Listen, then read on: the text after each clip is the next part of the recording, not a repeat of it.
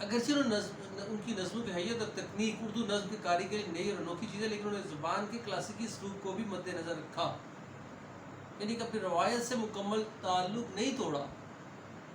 ظاہر ہے کہ انسان جس معاشرے میں رہتا ہے اس کی روایات بھی اس کو ملحوظ خاطر رکھنا پڑتی ہیں۔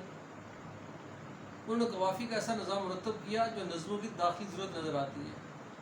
قافیے کا نظام ایک ایسا ایک نظام کو انہوں نے وجود بخشا ہے جو نظم کی داخلی ضرورت، یعنی کہ جس کی بنیاد پر نظم جو ہے نا وہ اپنا وجود قائم رکھتی ہے۔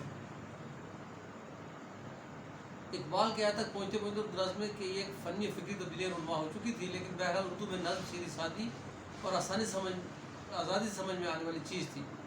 راشد کی نظمیں اس کے برعکس پیچیدگی اور ابہام لیے ہوئے ہیں، ابہام لیے ہوئے، یعنی کہ ناصر کی نظموں کو سمجھنے کے لیے یکلمہ نہیں سمجھتے آپ، بلکہ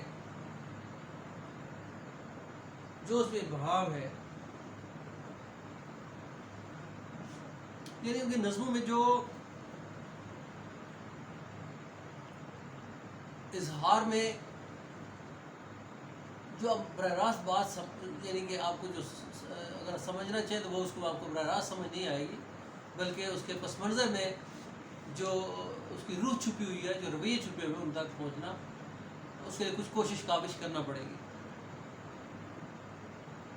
ان کی نظم سادہ بیانیہ نہیں بلکہ ان کی نظم ڈرامائیت ہے اور افسانوی انداز ہے۔ اس کے علاوہ انہوں نے علامت نگاری سے بھی خوب کام لیا، اس لیے اکثر اوقات قاری کے لیے ان کی نظموں کے معنی اور مفہوم کی تہہ تک پہنچنا مشکل ہو جاتا ہے۔ تو یہ جی علامتی انداز بیان جو ہے نا جو ان کی شاعری کا خاصہ ہے۔ علامتی شاعری سے مراد یہ ہے کہ یہ تو ہوتا ہے جی کہ آپ بات جو ہے وہ حقیقی پیرائے میں کرتے ہیں، جو بات ہے اس طرح سے کرتے ہیں۔ اور دوسری یہ کہ آپ اس کو مجازی معنوں میں استعمال کریں، اور مجاز کے معنوں میں ہی علامت چھپی ہوتی ہے۔ مقصد یہ کہا جائے جی کہ جیسے ہمارے معاشرے میں جو ہے وہ جبر کے سائز جو ہے، تاریک سائز جو ہے بڑھتے چلے جا رہے ہیں۔ اب یہ جبر جو ہے وہ معاشرتی جبر ہے، معاشی جبر ہے، سماجی جبر ہے، یا استحصالی قوتوں نے نظام پر قبضہ کر لیا ہے۔ تو یہ اس کی ایک علامتی ایک انداز بیان ہے، تو جس کے پاس یعنی کہ جو بات نظر آ رہی ہے اس کے پس منظر میں کوئی بات چھپی ہوئی ہے، تو یہ علامتی انداز بیان ہوا۔ اس لیے اکثر اوقات قاری جو ہے اس کو وہ معاملے کی تہہ تک پہنچنا اس کے لیے مشکل ہوتا ہے، اس کے لیے تھوڑی سی کوشش کرنا پڑتا ہے۔ ان کے بارے میں کئی ایک نقادوں کا خیال ہے کہ وہ آج کے نہیں بلکہ آنے والے کال کے شاعر ہیں۔ ان کے بارے میں کئی ایک جو نقاد ہیں، نقاد ہوتا ہے جی جو پہلے بھی آپ سے کئی بار ذکر کر چکا، جو ہے وہ صحیح مثلا کسی چیز کے خوبیوں خامیوں کا تجزیہ کرتے ہیں، اس کی اصل حقیقت کو سامنے لے کے آتا ہے۔ تو ان کا نقطہ نظر یہ ہے جی کہ جو نون راشد ہیں وہ آج کے نہیں، یعنی کہ ان آج کے زمانے کے شاعر نہیں بلکہ آج سے 50-100 سال بعد کے شاعر، یعنی کہ ان کی فکر میں اتنی بڑائی اور گہرائی ہے کہ جس کو سمجھنے کے لیے وقت چاہیے۔ اچھا جی، یہ آگے دیکھیے ستارے، اور ستارے کے ساتھ سونیٹ لکھا ہوا ہے۔ اب یہ سونیٹ کیا ہے جی؟ آپ نے اس سے پہلے مسدس پڑھی، مخمس پڑھی، رباعی پڑھی، ٹھیک ہے، اس طرح کی نظمیں آپ نے پڑھی جو اس نیت میں لکھی گئی ہے۔ یہ سونیٹ کیا ہے؟ یہ جو صرف سخن ہے یہ یورپ سے مستعار لی گئی ہے۔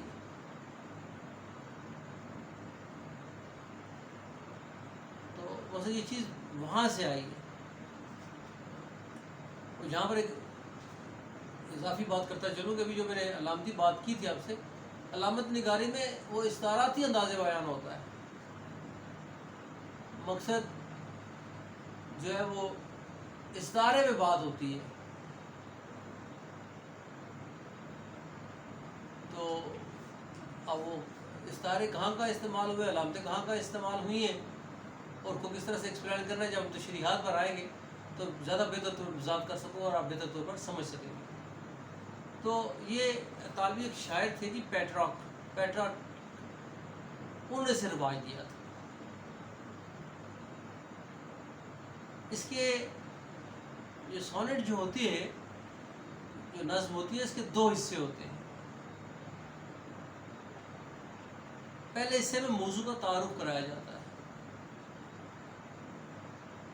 اور یہ عموماً 8 مصروں پر مشتمل ہوتا ہے. اور دوسرا جو حصہ ہوتا ہے، اس میں موضوع کی تکمیل ہوتی ہے یا موضوع کو سمیٹا جاتا ہے. پہلے حصے کو آکٹیو کہتے ہیں، آکٹیو، اور دوسرے حصے کو سیسٹک کہتے ہیں، SESTET، سیسٹک. اور یہ دوسرا جو حصہ ہوتا ہے، پہلا حصہ میں جیسے آپ نے ذکر کیا کہ 8 مصروں پر مشتمل ہوتا ہے، اور دوسرا حصہ جو ہوتا ہے وہ 6 مصروں پر مشتمل ہوتا ہے. تو سونٹ کے اندر 14 مصرے ہوتے ہیں جناب. پہلے 8 مصرے پہلے حصے میں اور 6 مصرے دوسرے حصے میں شامل ہوتے ہیں. یہ بات کرنے کا یا اس تعارف کو آپ کے ساتھ شیئر کرنے کا یا مختصراً وضاحت کرنے کا بنیادی مقصد یہ بھی ہے کہ جو فیڈرل بورڈ کے نصاب کے مطابق سوال نمبر 1 اور سوال نمبر 2 ہے، اگر کوئی اس طرح کا سوال آ جاتا ہے تو آپ کے ذہن میں یہ بات ہونی چاہیے کہ سونٹ کسے کہتے ہیں، اس کے پہلے حصے میں کتنے مصرے ہوتے ہیں 8، دوسرے حصے میں کتنے مصرے ہوتے ہیں 6 مصرے ہوتے ہیں. ٹھیک ہے نا جی. تو پہلے حصے میں موضوع کا تعارف کرایا جاتا ہے، دوسرے حصے میں موضوع کو مکمل کیا جاتا ہے. اردو نظم میں اس سے کوئی انکار نہیں ہے کہ اس کو جو ہے وہ نون میم راشد نے ہی اس کا آغاز کیا سونٹ کا نا. لیکن اس کے ساتھ ساتھ اختر شیرانی نے بھی سونٹ لکھے،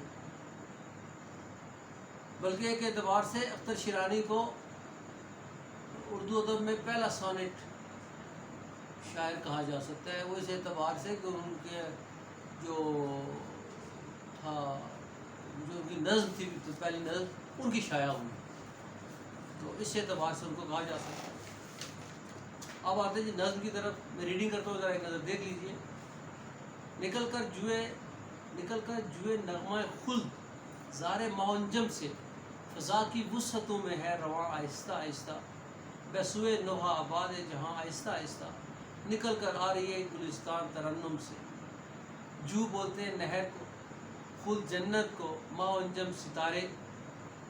ٹھیک ہے جی. وسعت پھیلاؤ سو طرف نوحہ آباد، جہاں پر رونا دھونا ہو، جہاں پر آوازاری ہو، گلستان باغ کو بولتے ہیں.